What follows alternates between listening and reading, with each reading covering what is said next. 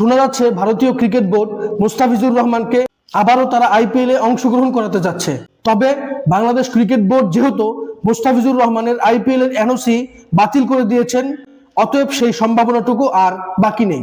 এবং ICC, BCCI তারা যে কোনো সিদ্ধান্ত নেক কিংবা না নেক, বাংলাদেশ ক্রিকেট বোর্ড, বাংলাদেশ সরকার কোনোভাবেই ভারতে বিশ্বকাপে অংশগ্রহণ করবে না এবং তারা তাদের সিদ্ধান্তের উপর অনড়।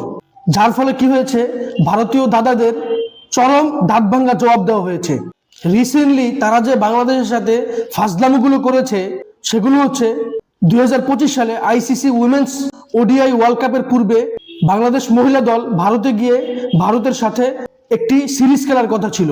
সেখানে ভারতীয় ক্রিকেট বোর্ড তারা শ্রীলঙ্কাকে ডেকে এনে তাদের সাথে সিরিজ খেলেছে। বাংলাদেশ সিরিজকে তারা প্রত্যাখ্যান করেছে। 2025-এ ভারতীয় ক্রিকেট দল বাংলাদেশে এসে 3 ম্যাচ টি-20, 3 ম্যাচ ওডিআই খেলার কথা ছিল। তারা সেটাকে স্থগিত করে 2026-এর কথা বলেছে এবং 2026-এ তারা এই সিরিজকে আবারও স্থগিত করে রেখেছে। তারা আইপিএল এর আয়োজন করেছে, মুস্তাফিজুর রহমানকে ড্রাফটে উঠিয়েছে। সেখান থেকে কলকাতা নাইট রাইডার্স মুস্তাফিজুর রহমানকে 9 কোটি 20 লাখ টাকায় কিনে নিয়েছে। নিরাপত্তার ইস্যু দেখিয়ে মুস্তাফিজুর রহমানকে আইপিএল থেকে বের করেছে। সবকিছু তাদের মর্জি মতো হচ্ছে।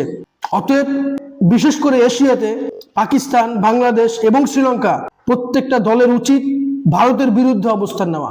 তবে ভারতীয়রা যদি এই কথা মনে করে বাংলাদেশ ভারতকে ছাড়া শূন্য হয়ে যাবে, তাহলে বলে দিই, আইপিএল থেকে মুস্তাফিজুর রহমানকে যখন বাদ দেওয়া হয়েছে, পিএসএল থেকে প্রত্যেকটি দল থেকে বড় অঙ্কে মুস্তাফিজুর রহমানকে অফার করা হয়েছে এবং মুস্তাফিজুর রহমান ইতিমধ্যে পিএসএল এর অংশ হয়ে গিয়েছেন।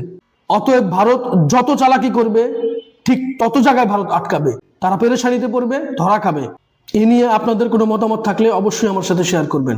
ভিডিওটি ভালো লাগলে লাইক, কমেন্ট, শেয়ার, সাবস্ক্রাইব করবেন। ধন্যবাদ।